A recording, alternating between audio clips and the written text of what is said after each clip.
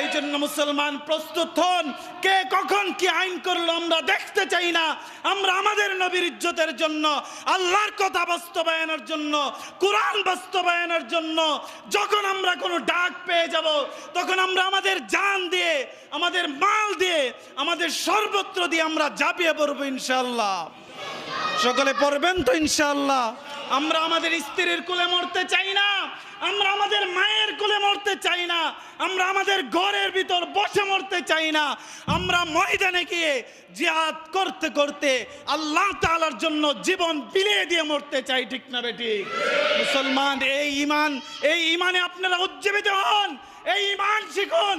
সবাই যদি এই ইমান শিখতে পারেন, এই সামান্য কুলাঙ্গারগুলো আপনার আমার নবীকে নিয়ে কোনো ধরনের কথা বলার, কোনো ধরনের ইচ্ছা পোষণও করতে পারবে না। এই জন্য মুসলমান সর্বশেষ বলবো, ভিতরে